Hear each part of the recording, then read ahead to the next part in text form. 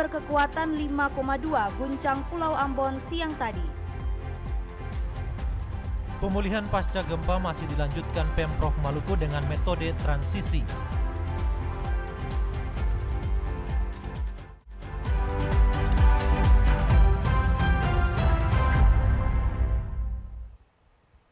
Selamat malam saudara, Maluku hari ini kembali hadir menjumpai Anda edisi kami 10 Oktober 2019 bersama saya Novita Bonara. Dan saya Henry Nanlohi. Selain dua berita utama tadi, tim redaksi Maluku hari ini juga telah menyiapkan sejumlah berita untuk saudara simak.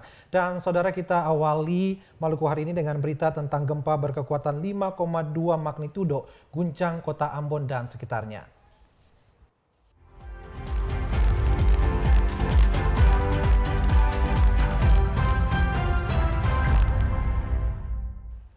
Saudara, gempa berkekuatan 5,2 magnitudo mengguncang Pulau Ambon dan sekitarnya siang tadi.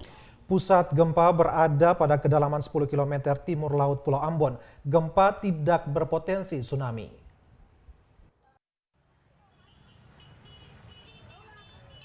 Gempa tektonik bermagnitudo 5,2 kembali mengguncang kota Ambon pada pukul 13:39 waktu Indonesia Timur. Pusat gempa berada pada kedalaman 10 km arah timur laut Pulau Ambon. Gempa berkekuatan 5,2 yang terjadi diikuti gempa susulan sebanyak 3 kali dengan magnitudo berbeda di bawah 5. Gempa tersebut membuat panik masyarakat yang sedang beraktivitas baik di perkantoran, sekolah, perhotelan, perbankan, maupun restoran dan rumah makan. Warga berhamburan keluar gedung dan mencari tempat-tempat yang aman di ruas jalan. Namun saat gempa susulan yang terjadi berselang, membuat warga semakin panik dan mencari jalan untuk pulang ke rumah. Salah seorang warga mengaku saat terjadi gempa, dirinya tengah menjemput cucu di sekolah. Tadi rasa gempa di mana, Pak? Di sekolah, bos. Di SMA Kristen sana. SMA Kristen. Lagi bikin apa di SMA Kristen, Pak? Ambil cucu dua. Arif ambil cucu dua di sekolah sana. Tadi pas gempa gimana, Pak? Di sekolah. Iya, tadi pas gempa rasanya gimana, Pak? Oh, ini termasuk gua yang baru nih. Dia termasuk pukulannya kuat. Lalu cucunya sudah sampai rumah, Pak. Kondisi kepanikan warga pasca gempa membuat lalu lintas di pusat kota Ambon semraut. Di titik ruas jalan terjadi kemacetan panjang. Sejumlah warga memilih untuk pulang ke rumah berjalan kaki. Melki Latusawule dan John Ralhalo melaporkan. Sementara itu saudara, gempa bermagnitudo 5,2 yang terjadi sekitar pukul 13.52 waktu Indonesia Timur siang tadi membuat warga kota Ambon panik dan berhamburan keluar ruangan. Di perempatan Jalan Sultan Hairun, Ambon, terlihat masyarakat berkumpul di sekitar ruas jalan. Puluhan pegawai di beberapa perkantoran di sekitar jalan ini terlihat berlarian keluar bangunan saat guncangan terasa. Mereka berlarian ke tempat terbuka yang dianggap aman. Warga di seputar jalan ini juga berlarian menghindari bangunan-bangunan tinggi. Sementara dari sudut perempatan Jalan Ayepati, warga mulai berlarian ke arah perbukitan. Kepanikan warga yang berlarian membuat arus lalu lintas di antara perempatan Jalan Ayepati dan perempatan Jalan Sultan Hairun sempat macet. Puluhan mobil terhenti di sela-sela kerumunan warga. Ketakutan pengendara yang mencari arah perbukitan juga membuat mereka tidak menghiraukan tanda lampu lalu lintas di kedua perempatan jalan. Informasi dari BMKG Ambon menyebutkan gempa susulan pukul 13.52 siang tadi, epicentrum berada di titik timur Laut Ambon pada kedalaman 10 km pada koordinat 3,53 lintang selatan dan 128,23 bujur timur atau 24 km dari pusat kota Ambon. Gempa ini juga terasa di sebagian wilayah Maluku Tengah dan Seram bagian barat. Yaser Tuarita dan Udin Sanduan melaporkan.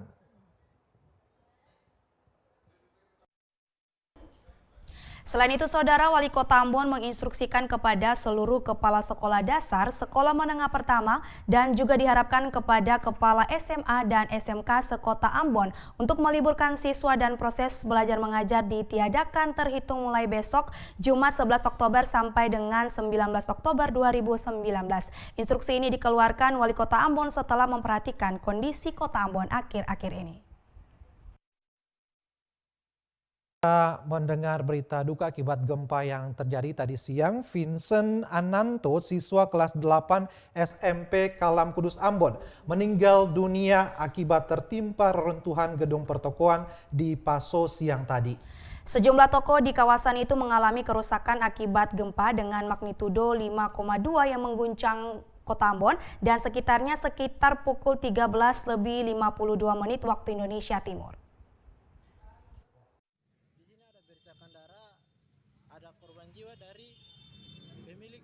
Video amatir memperlihatkan ceceran darah di depan salah satu toko di kawasan Paso siang tadi. Ceceran darah itu adalah milik Vincent Ananta, siswa kelas 8 SMP Kalam Kudus Ambon, yang meninggal dunia akibat tertimpa reruntuhan toko yang diduga adalah milik keluarganya. Di jalan tersebut juga terlihat reruntuhan dari sejumlah toko di kawasan itu. Toko-toko itu mengalami kerusakan di beberapa bagian akibat gempa dengan magnitudo 5,2 yang melanda Ambon dan sekitarnya siang tadi. Sementara itu, di pusat perbelanjaan Ambon Plaza, warga terlihat panik dan berhamburan keluar karena takut gedung pusat perbelanjaan itu ambruk. Terlihat sejumlah keretakan besar akibat gempa siang tadi. Sempat terjadi kemacetan di sekitar pusat perbelanjaan itu karena warga yang berhamburan memenuhi jalan. Riki Nikiulu melaporkan. Gempa susulan dengan 5,2 magnitudo tidak membuat Musyawarah Nasional ke-10 Gereja Protestan Injil Indonesia menghentikan kegiatannya. Ketua Sinode Gereja Protestan Injil Indonesia berkomitmen untuk tetap melaksanakan kegiatan dimaksud dalam kondisi apapun. Peserta Musyawarah Nasional ke-10 Jemaat GKPPI yang berlangsung hari ini di Ambon dibuat kaget dengan gempa 5,2 magnitudo yang mengguncang lokasi kegiatan. Akibatnya sebagian besar peserta yang sementara mengikuti pembukaan Musyawarah Nasional ke-10 itu berlarian keluar gedung untuk menyelamatkan diri. Hampir setengah dari seluruh peserta yang hadir keluar dari lokasi kejadian. Kendati begitu, pembukaan Musyawarah Nasional ke-10 Gereja Protestan Injil Indonesia terus berlangsung. Ketua Sinode Gereja Protestan Injil Indonesia mengatakan pihaknya akan tetap berkomitmen untuk terus melaksanakan kegiatan dimaksud dalam kondisi apapun. Situasi begini kami tetap percaya kepada Tuhan ya, bahwa dengan kondisi kami tetap maju untuk melakukan musyawarah ini sampai selesai. Dalam situasi apapun kami tetap bersemangat untuk melakukannya. Saya percaya bahwa Tuhan ada bersama kita. Akibat gempa tersebut, beberapa pemilik toko di Kota Ambon langsung menutup tokonya. Sementara perempatan Jalan Raya Patimura langsung macet total. Begitupun dengan pertigaan Jalan Batu Gantong. Namun kesigapan anggota kepolisian Polres Ambon serta Dinas Perhubungan Kota Ambon dalam mengatur arus lalu lintas membuat ruas jalan itu dapat kembali normal. Otis Kotadini dan Andre Oktoseja melaporkan. Saudara, akibat gempa 5,2 magnitudo siang tadi membuat pegawai TVRI Stasiun Maluku panik dan berhamburan keluar gedung. Data dari BMKG Ambon menyebutkan gempa yang terjadi tersebut tidak berpotensi tsunami.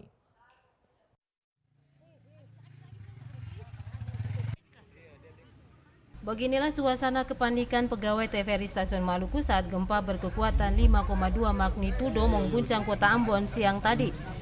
Seluruh pegawai berhamburan keluar ruangan untuk menyelamatkan diri dari getaran gempa yang sangat kuat dirasakan oleh pegawai TVRI Stasiun Maluku.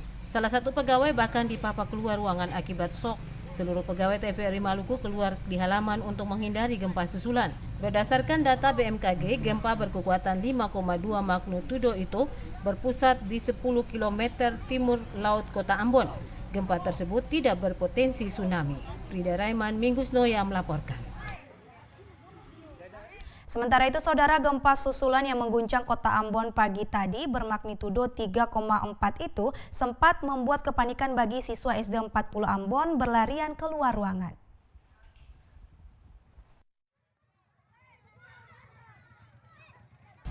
Gempa susulan dengan magnitudo 3,4 kembali terjadi pagi tadi. Gempa tersebut membuat kepanikan bagi siswa di SD 40 Desa Batu Merah, Kecamatan Sirimau, Kota Ambon. Kejadian itu sempat memunculkan kepanikan dan ketakutan bagi siswa dan dewan guru. Mereka terpaksa memilih keluar ruangan untuk menyelamatkan diri. Saat kejadian, sebagian siswa memilih pulang lebih awal karena takut akan gempa susulan. Ya, perhatian sekolah terhadap anak-anak itu tergantung situasi. Tapi anak-anak sebagian ini sudah tidak trauma lagi. Malah kemarin itu yang 3 itu mereka ngomong ke guru-guru kalau tidak apa-apa Bu, biar sebentar saja hilang. Tapi sebagian karena orang tua ada terus panik. Akhirnya kita itu di pelataran sekolah dulu. Sementara nanti ada info dari kepala sekolah kalau pulang kerja bisa pulang. Sementara menunggu pimpinan belum ada. Ya. Gempa susulan yang terjadi pagi tadi selain membuat kepanikan bagi warga sekolah, juga membuat kekhawatiran orang tua siswa. Terpaksa sebagian orang tua siswa menyebut anaknya pulang lebih awal. Abu Sahbawa, Junada Asril melaporkan. Saudara, berbagai kalangan menggalang dana dan memberikan bantuan untuk korban gempa Maluku. Salah satunya Persatuan Dokter Gigi Indonesia Cabang Ambon yang juga menyalurkan bantuan kepada 3 daerah terdampak gempa di Maluku.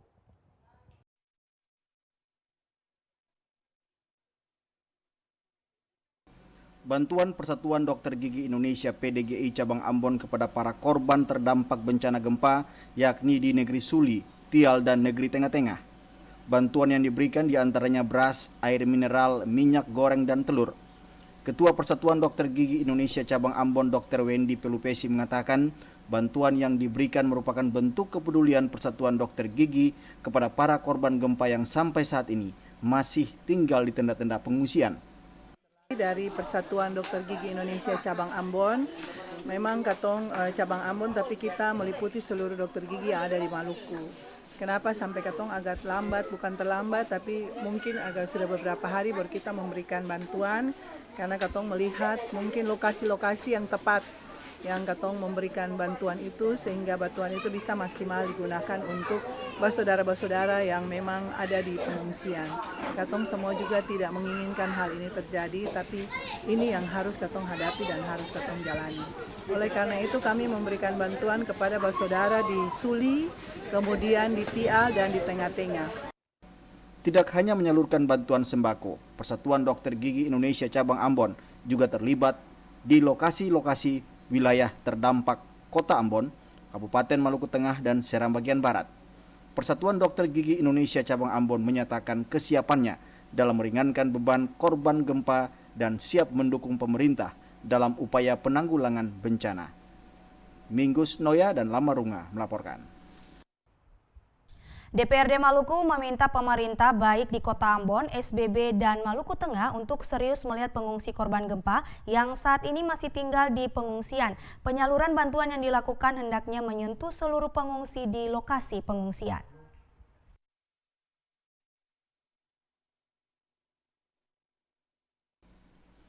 Pasca gempa 26 September lalu hingga saat ini, masyarakat baik di Kota Ambon, Seram bagian Barat maupun Maluku Tengah masih tinggal di lokasi pengungsian.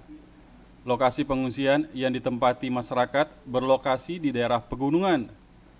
Atas kondisi yang dialami pengungsi tersebut, DPRD Maluku minta pemerintah daerah baik Kota Ambon, Seram bagian Barat, dan Maluku Tengah untuk dapat memperhatikan masyarakat di lokasi pengungsian.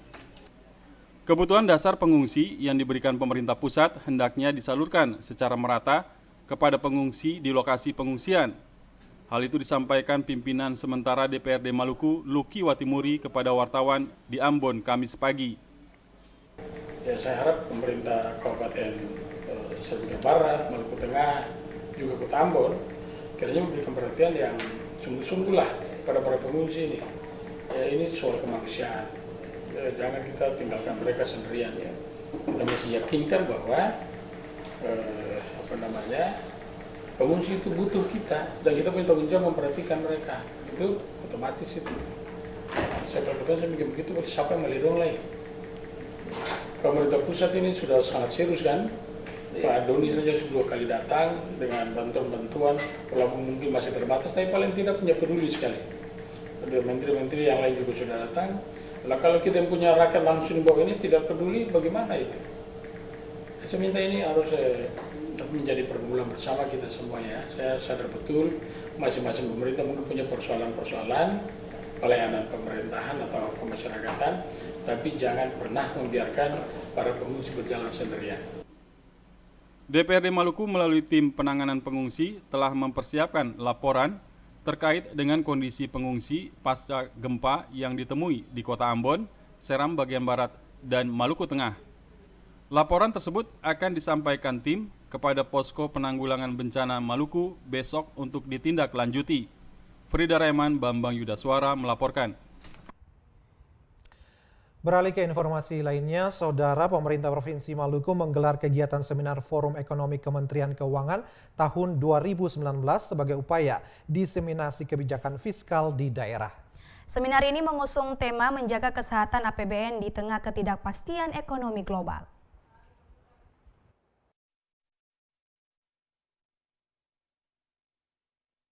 Asisten 1 Setda Maluku Henry Farfar saat membuka seminar ekonomi Kementerian Keuangan tingkat Provinsi Maluku tahun 2019 mengatakan, sebagaimana diketahui kecenderungan pertumbuhan ekonomi nasional pada 3 tahun terakhir yang mengalami fluktuasi, di mana laju pertumbuhan ekonomi Maluku pada triwulan 2 2019 tercatat melambat. Berdasarkan data yang dirilis BPS diketahui, perekonomian Maluku pada triwulan 2 2019 yang diukur berdasarkan produk domestik regional bruto atas dasar harga berlaku 11,44 triliun dan atas dasar konstan 2010 mencapai 7,70 triliun. Sedangkan untuk laju inflasi sampai dengan Juni 2019 sebesar 3,24%, lebih tinggi dari tingkat nasional sebesar 2,05%. Untuk itu pemerintah Provinsi Maluku berharap semua pihak yang tergabung dalam TPID untuk menjaga laju inflasi Maluku agar tetap dalam jangkauan target, sebab kebijakan fiskal moneter yang tepat diharapkan dapat mendorong pertumbuhan ekonomi dan menjaga daya beli masyarakat di tengah ketidakpastian ekonomi global. Di sisi lain, pemerintah Provinsi Maluku juga mengharapkan pembangunan sebuah daerah memerlukan peran banyak pihak. Oleh karena itu, seminar yang dilaksanakan ini sangat penting sebagai forum diskusi dan sarana untuk mempererat sinergitas antara kebijakan Kemenkeu dan Pemda sebagai upaya memperkokoh ikatan kerjasama dalam menghadapi ketidakpastian ekonomi global. Minggus Noya dan Lamarunga melaporkan. Pemeriksaan kesehatan di Posko Kesehatan Pengungsi, sebagian besar dari pengungsi menderita diare. Salah satu penyebab karena lokasi pengungsian yang kotor dan tidak memiliki fasilitas MCK.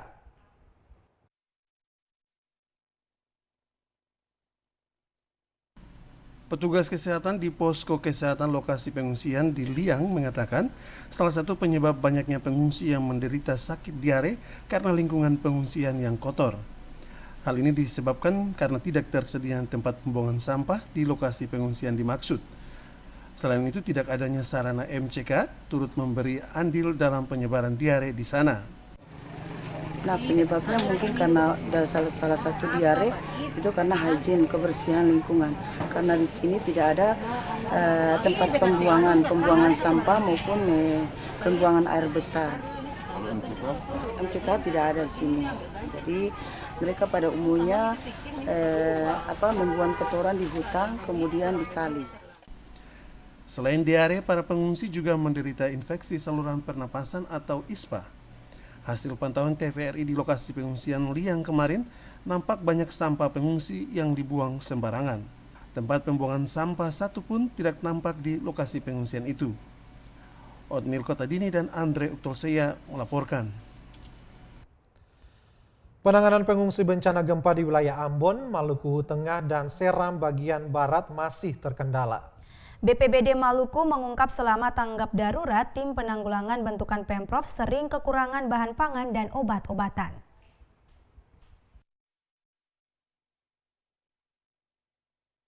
Setelah pekan kedua pasca gempa magnitudo 6,5 yang mengguncang 3 wilayah di Maluku, BPBD Maluku merilis data kerusakan yang ditimbulkan.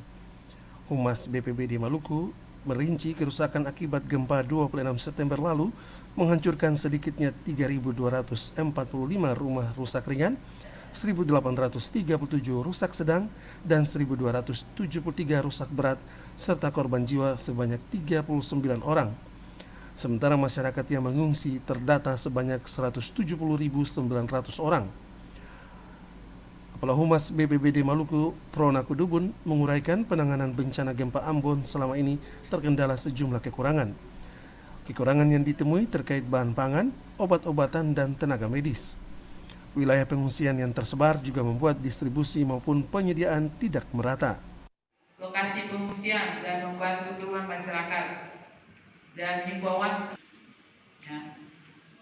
juga membantu penyaluran bantuan Presiden RI di Kabupaten Serang bagian Barat. Ini tadi sudah disampaikan pendataan kerusakan kerugian. Saat ini pemerintah Provinsi Maluku melalui BPBD Maluku terus berkoordinasi untuk penambahan logistik maupun sarana prasarana yang dibutuhkan pengungsi. Upaya pemenuhan kebutuhan pengungsi dimaksimalkan agar fase pemulihan berjalan mulus dan pengungsi bisa mendapatkan pelayanan yang layak.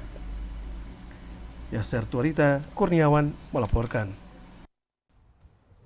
Masalah sarana mandi, cuci, dan kakus menjadi persoalan di lokasi pengungsian Desa Wai. Selama di pengungsian belum ada bantuan berupa sarana MCK di sana. Pengungsi sudah berupaya untuk membangun sarana dimaksud tetapi tidak memadai.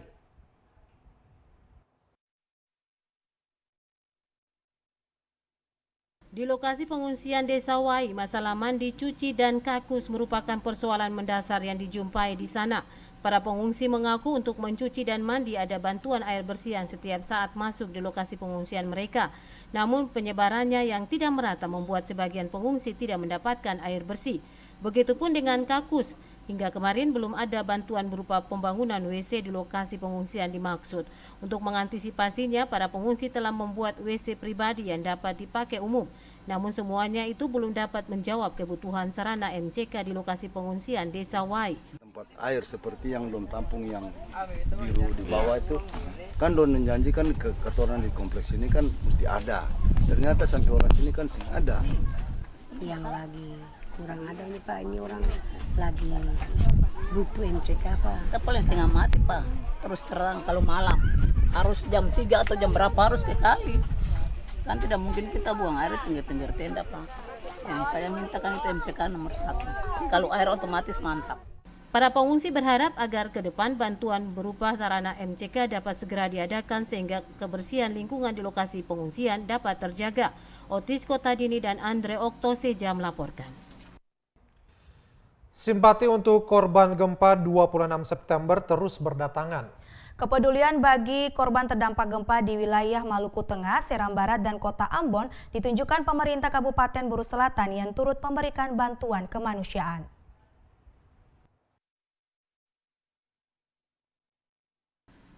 Rasa senasib atas beban yang dialami korban terdampak gempa 26 September membuat pemerintah Kabupaten Buru Selatan mengucurkan bantuan kemanusiaan. Kamis siang, pemerintah Kabupaten Buru Selatan melalui BPBD Buru Selatan menyalurkan bantuan bagi korban terdampak gempa 26 September lalu. Pemberian bantuan langsung diserahkan Sekretaris Daerah Buru Selatan Iskandar Wala ke Posko Penanggulangan Darurat Bencana Provinsi Maluku. Sekretaris Daerah Buru Selatan Iskandar Wala mengucapkan keprihatinan turut disampaikan pemerintah kabupaten dan masyarakat Buru Selatan terhadap korban terdampak gempa 26 September lalu. Atas dasar kemanusiaan inilah, pemerintah Kabupaten Buru Selatan terdorong memberikan bantuan bagi warga terdampak yang sementara tinggal di sejumlah lokasi pengungsian.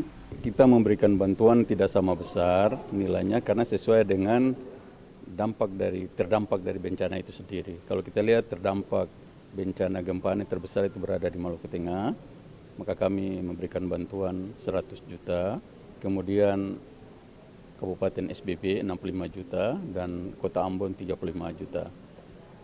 Pak Bupati arahkan untuk membantu lebih besar. Ini mungkin sudah di akhir tahun kondisi keuangan kita tersediaan cuma sebesar itu 200 juta totalnya. Mudah-mudahan dengan dana yang seadanya ini dapat membantu saudara-saudara kita yang terdampak bencana gempa di Maluku ini. Dan mudah-mudahan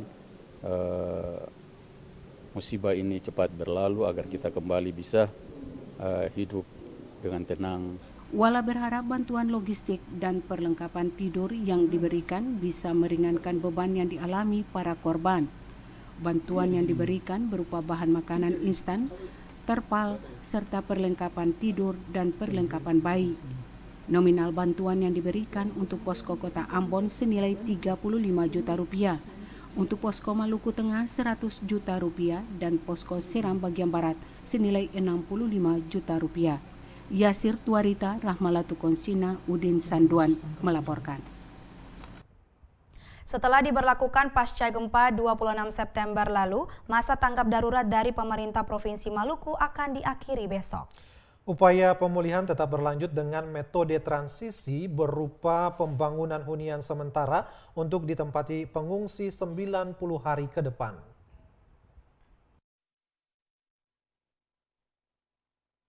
Terhitung sejak tanggal 26 September hingga 9 Oktober, sudah 14 hari masa tanggap darurat bencana gempa bumi Ambon diberlakukan pemerintah Provinsi Maluku. 9 Oktober kemarin, masa tanggap darurat diakhiri oleh pemerintah Provinsi Maluku. Meski berakhir, upaya pemulihan dampak bencana tetap dilanjutkan dengan metode transisi. PLT Sekretaris Daerah Maluku yang juga Ketua Tim Penanggulangan Bencana Daerah Kasrul Selang mengungkapkan pengalihan metode tanggap darurat ke pemulihan akan dilakukan selama 3 bulan ke depan. Dikatakan dalam metode transisi ini akan dibangun hunian sementara kepada para pengungsi. Hunian sementara berupa tenda berukuran besar dan bisa menampung 30 kepala keluarga.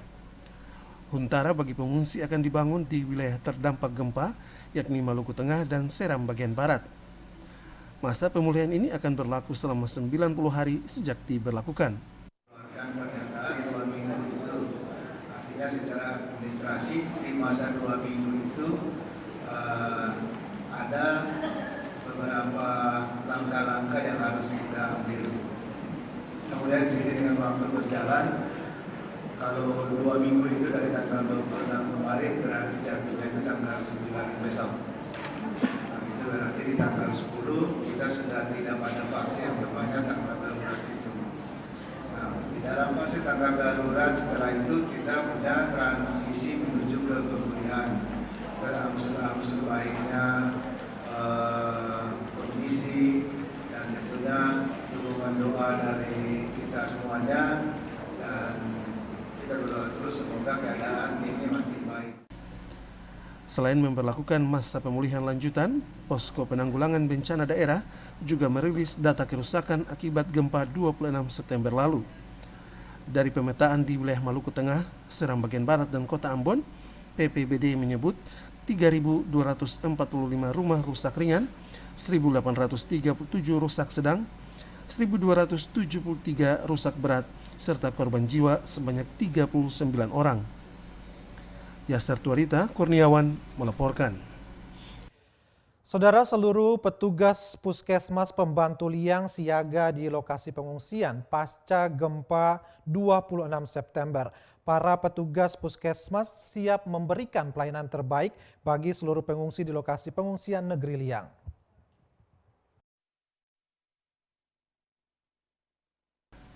Bidan Sri, salah satu petugas kesehatan di Puskesmas Pembantu Liang mengatakan, seluruh petugas kesehatan Puskesmas Pembantu Liang sejak hari pertama kejadian pasca gempa 26 September lalu telah terjun langsung di lapangan untuk memberikan layanan kesehatan kepada pengungsi. Banyaknya titik pengungsian kala itu membuat mereka sedikit kerepotan dalam melayani pengungsi. Namun dengan dibangunnya posko kesehatan di hari kedua, maka seluruh petugas kesehatan Puskesmas Pembantu Liang dapat fokus pada posko. Karena banyaknya lokasi pengungsian, maka diinisiatif untuk membangun 2 posko. Dengan 2 posko ini diharapkan dapat melayani seluruh pengungsi yang ada di Negeri Liang, Kecamatan Salahutu. Bidan Sri mengakui awalnya pelayanan kesehatan terhadap pengungsi dilakukan dengan menggunakan obat-obatan milik pribadi dan milik puskesmas. Namun saat ini mereka tidak kesulitan obat lagi karena adanya bantuan obat-obatan dari berbagai pihak. Di sini karena banyak titik pengungsian, jadi kebetulan pada hari kedua itu didirikan posko posko kesehatan ini ya terbagi dua. Nah, cukup besar kita punya pelayanan, tapi karena hari pertama, hari kedua itu kita punya obat-obat pribadi sama sebagian obat dari puskesmas pembantu. Selain bantuan obat, posko juga mendapatkan bantuan berupa tenaga medis dari Ikatan Dokter Indonesia dan Rumah Sakit Tentara Ambon. Selama beraktivitas di posko pelayanan kesehatan, terpantau banyak pengungsi yang menderita infeksi saluran pernapasan atas dan diare. Otnil Kotadini dan Andre Uktosea melaporkan. Kita beralih ke informasi lainnya, Saudara. Tanggal pelantikan pimpinan DPRD Kota Ambon belum bisa ditentukan. Pihak DPRD masih menunggu surat keputusan dari Gubernur Maluku tentang usulan pimpinan definitif DPRD Kota Ambon periode 2019-2024.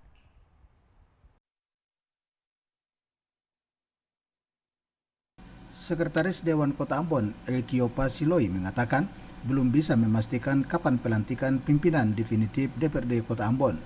Saat ini DPRD Kota Ambon telah mengirimkan surat pengusulan pimpinan definitif DPR Kota Ambon ke Wali Kota dan akan diteruskan ke Gubernur Maluku.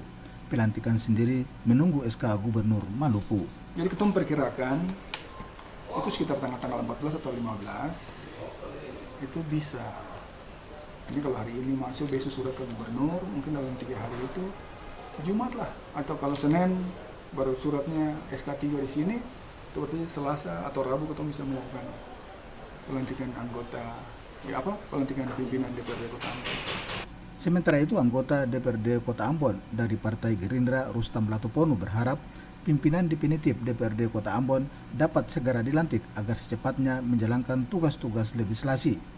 Dijelaskan, setelah pimpinan definitif dilantik, DPRD Kota Ambon akan mengesahkan tata tertib dan alat perlengkapan Dewan. Komunikasi-komunikasi yang intens dibangun dalam waktu ini bisa melegitimasi keputusan-keputusan DPR ke depan dan kerjasama yang dibutuhkan dari masing-masing fraksi untuk membackup seluruh alat perlengkapan, dan kekompakan ini mudah-mudahan dia berlanjut untuk seluruh pengambilan keputusan di DPRD. Ongan Limba, Junaidi Asril melaporkan. Di tengah ancaman lemahnya ekonomi global, Kanwil Ditjen Bea Cukai Maluku mampu menggenjot target penerimaan bea masuk, bea keluar, dan cukai. Hingga Agustus 2019 tercatat penerimaan sebesar 454,60 miliar atau 99,37%, mendekati target yang ditetapkan sebesar 457,47 miliar.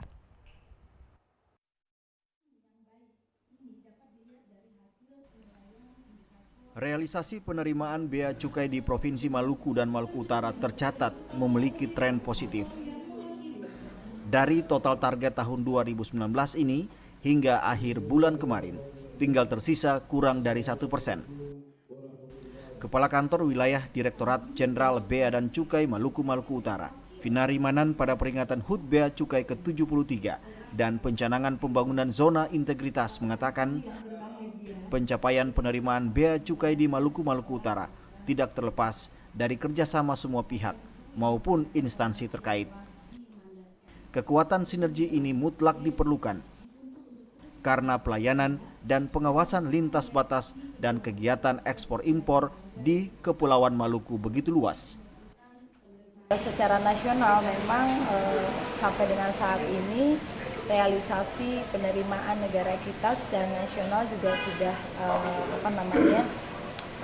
sudah sangat baik, dan khususnya untuk Maluku, saya membawahi Maluku dan Maluku Utara sampai dengan bulan Agustus itu sudah tercatat hampir sudah 99%, artinya tinggal 1% lagi realisasinya sudah mencapai target ya, targetnya 500, baru saya tepatnya atau ada di kertas itu 590 miliar dan sudah hampir 100%. Dan padahal ini baru bulan Agustus. Kenapa bisa tercapai? Ini semua adalah kerjasama kontribusi dari Ternate, Tual, dan Ambon Sehingga saya memang berterima kasih kepada kepala kantor saya yang sudah bekerja keras untuk mengumpulkan penerimaan, dan juga tentunya dengan para stakeholder yang terdiri dari importir, eksportir, dan para pengusaha yang telah menyumbangkan dan memberikan masukan untuk penerimaan negara baik biaya masuk biaya keluar. Kalau dari Ternate hampir 100% biaya keluar itu dari pertambangan atau nikel ore. Sementara untuk produk komoditi perikanan itu tidak ada sebenarnya pajak, tidak ada penerimaan negara atau biaya masuk tidak ada, 0%. Tapi kenapa saya juga menyampaikan dalam sambutan saya, kita mendorong ekspor dan sejak tahun 2018 terjadi kenaikan yang signifikan untuk ekspor kita, ya, khususnya di perikanan. Kemudian pada kesempatan ini juga kami memanfaatkan momen ini untuk mencanangkan zona integritas Kanwil Bea Cukai Maluku menuju wilayah bebas korupsi dan wilayah birokrasi bersih melayani. Nah, sebagai info saya sampaikan bahwa kantor-kantor di lingkungan Kanwil Bea Cukai Maluku, Ternate Tua Ambon, dan Kanwil sendiri saat ini sudah mencanangkan zona integritas. Dan Kanwil karena memang dia tidak berhubungan dengan para pengguna jasa importer dan eksportir, maka memang baru sekarang kami mencanangkannya. Dan ini adalah komitmen kami, saya selaku Kepala Kantor Wilayah beserta seluruh jajaran saya berkomitmen penuh untuk menjaga integritas dan menjaga wilayah Bea Cukai Maluku ini dari korupsi. Finari Manan mengatakan, Bea Cukai Maluku yang membawahi 3 wilayah, yaitu Ambon, Tual, dan Maluku Utara, terus berupaya meningkatkan penerimaan bea masuk dengan meningkatkan koordinasi lintas sektor. Untuk di Maluku Utara 100%, penerimaan didominasi sektor pertambangan, sedangkan di Tual dan Ambon untuk sektor perikanan tidak menambah penerimaan negara, eksportir dibebaskan dari pajak dan biaya masuk. Merujuk pada pencanangan WBK dan WBBM, Kanwil Bea Cukai telah menyatakan komitmen menciptakan birokrasi bersih dan unggul dalam pelayanan. Finari menjelaskan, Kanwil Bea Cukai tidak berhubungan langsung dengan pelayanan. Pelayanan langsung ditangani 3 kantor perwakilan. Sementara itu, Gubernur Maluku Murad Ismail saat menghadiri acara ini mengharapkan Bea Cukai dapat meningkatkan nilai ekspor Maluku dan mendatangkan pendapatan asli daerah yang signifikan. Gubernur meminta adanya pencanangan zona integritas WBK dan WBBM bukan sekedar seremonial belaka, namun Bea Cukai harus menjadi contoh birokrasi bersih dari korupsi. Acara HUT Bea Cukai dihadiri Forkopimda Maluku. Perwakilan masing-masing instansi menandatangani dukungan kepada Kanwil Bea Cukai menuju WBK dan WBBM. Minggus Noya dan Lamarunga melaporkan. Aliansi Kapitan Patimura minta Presiden Joko Widodo turun langsung untuk melihat secara dekat dampak gempa Maluku yang masih terjadi hingga saat ini. Satu kali, gempa bukan 2 kali, bukan 3 kali, tapi sudah 1000 kali. Masyarakat Maluku gempa 1000 kali. Katakan tahu apa yang akan terjadi untuk abang punya negeri tercinta ini. Sekelompok pemuda Maluku yang menamakan diri Aliansi Kapitan Patimura minta Presiden Joko Widodo turun langsung untuk melihat secara dekat dampak gempa Maluku yang terjadi 26 September lalu. Mereka berharap Presiden Joko Widodo memperhatikan keprihatinan masyarakat Maluku yang sementara dilanda gempa, terutama bagi warga masyarakat yang mengungsi dan hidup di tenda-tenda darurat di kawasan perbukitan. Mereka menyebutkan duka Maluku merupakan duka bagi bangsa. Karenanya, aliansi yang menamakan diri Kapitan Patimura itu mendesak Presiden Joko Widodo untuk turun langsung melihat secara dekat kondisi pengungsi di lokasi pengungsian dengan keterbatasan yang dimiliki. Untuk ini, kita menyampaikan kepada negara, lihatlah Maluku, berikanlah keadilan. Jika asas keadilan sosial bagi seluruh rakyat itu sebagai bagian daripada Pancasila, sila kelima itu masih hidup sampai dengan hari ini.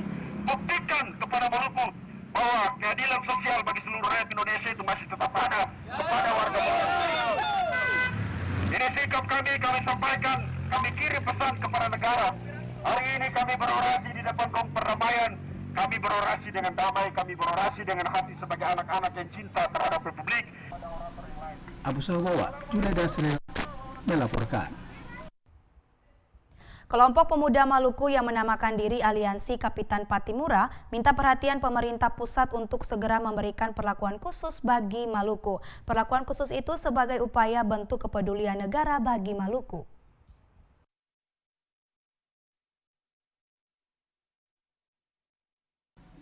Aliansi Kapitan Patimura minta perhatian pemerintah pusat untuk segera memberikan perlakuan khusus bagi Maluku.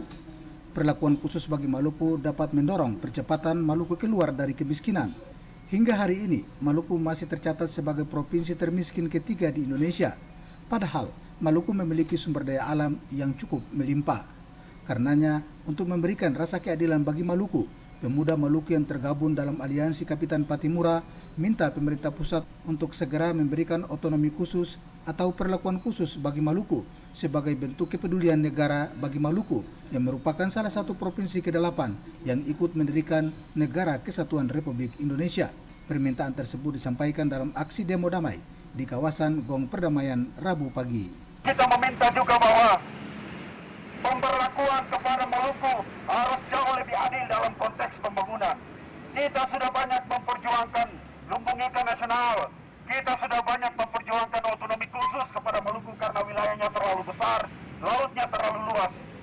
Tapi sampai dengan hari ini Presiden Jokowi ataupun siapapun di negara ini, elit-elit negara ini belum mampu dan tidak menjawabnya. Mereka menyebut NKRI adalah harga mati. NKRI adalah Maluku. Maluku tanpa Indonesia bukan Maluku, dan Indonesia tanpa Maluku bukan Indonesia. Abu Sawawa, Cak Tamaela melaporkan. Beralih ke informasi lain, Gubernur Maluku Murad Ismail menggelar rapat koordinasi dengan bupati dan wali kota di daerah ini.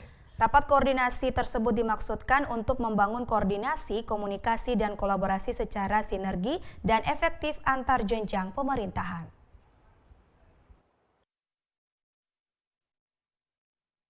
Rapat koordinasi antara Gubernur Maluku dan Bupati Wali Kota yang ada di daerah ini adalah upaya membangun koordinasi, komunikasi dan kolaborasi secara sinergi dan efektif antara jenjang pemerintahan baik dengan lembaga legislatif, yudikatif, TNI, Polri dan instansi lain. Gubernur Maluku Murad Ismail menyampaikan komunikasi kerja di daerah harus dibangun dalam suasana sehat, terbuka, saling menghormati dan saling mendukung. Rakor yang baru pertama kali dan akan digelar rutin setiap 3 bulan sekali memiliki nilai penting dan strategis dalam penyelenggaraan pemerintahan di daerah. Hal ini karena berkaitan langsung dengan tugas seorang kepala daerah, yaitu menurunkan angka kemiskinan dan pengangguran, mensejahterakan rakyatnya, serta melestarikan sumber daya alam untuk dimanfaatkan generasi yang akan datang. Gubernur Maluku Murad Ismail mengingatkan sejumlah hal, diantaranya telah dirampungkannya dokumen Rencana Pembangunan Jangka Menengah Daerah RPJMD tahun 2019-2024 yang menjadi acuan kerja selama 5 tahun ke depan. Oleh karena itu, diharapkan kepada pemerintah kabupaten kota dapat menyelaraskan RPJMD itu dengan dokumen perencanaan daerah masing-masing sehingga apa yang direncanakan dan dikerjakan dapat bermanfaat bagi kesejahteraan masyarakat secara menyeluruh. Untuk mendorong percepatan pembangunan di Maluku, pemerintah daerah diminta melakukan kajian terhadap berbagai regulasi dan kebijakan yang selama ini menghambat pembangunan serta merugikan masyarakat. Gubernur Maluku Murad Ismail menegaskan seorang kepala daerah harus berani menyuarakan kepentingan daerah dan masyarakat kepada pemerintah pusat melalui berbagai pertimbangan yang terukur dan terstruktur berdasarkan kondisi geografis dan kearifan lokal yang ada. Dalam rakor yang berlangsung sehari, Wakil Gubernur Maluku Barnabas Orno bertindak selaku moderator dengan menampilkan sejumlah narasumber, di antaranya Pangdam 16 Patimura, Kapolda Maluku dan Kajati Maluku. Boy Nahrum Edmond Tupan melaporkan. Saudara, saat ini pengungsi Desa Wai masih enggan untuk kembali ke rumah mereka. Pasalnya, sebagian rumah warga telah ambruk akibat gempa 6,5 magnitudo 26 September lalu. Salah satu pengungsi di lokasi pengungsian Desa Wai, Doni Manusama, mengatakan dirinya enggan untuk kembali ke rumahnya di Desa Wai. Hal itu disebabkan karena rumah yang ditempatinya sudah tidak layak lagi untuk dihuni karena rusak dihantam gempa bumi 26 September lalu. Menurutnya, pemerintah telah meminta para pengungsi harus kembali tanggal 9 kemarin. Namun dengan kondisi rumah serta masih adanya gempa susulan membuat mereka enggan untuk kembali. Pulang juga, kita punya rumah juga sudah layak untuk kotoran tinggal. Karena kondisi rumah sudah retak, ada yang sudah miring, sudah hancur, jadi kotoran mau turun juga kalau ada terjadi gempa. Dan juga ada berapa lagi untuk tinggal dulu sampai ini terjadi akan aman-aman dulu baru bisa turun. Kendati sebagian besar pengungsi Wai enggan kembali ke rumah mereka pasca gempa, namun ada juga yang ingin segera kembali ke rumahnya karena di rumah sendiri akan terasa lebih nyaman dari tempat pengungsian. Keinginan sekali karena di bawah kan lebih enak, toh segala sesuatu kan ada, MCK aman, air bisa cepat. Tapi kalau di sini kan MCK-nya kan susah. Lokasi pengungsian Desa Wai setiap saat bantuan datang dari berbagai pihak untuk mereka di pengungsian. Otis Kotadini dan Andre Oktosejah melaporkan.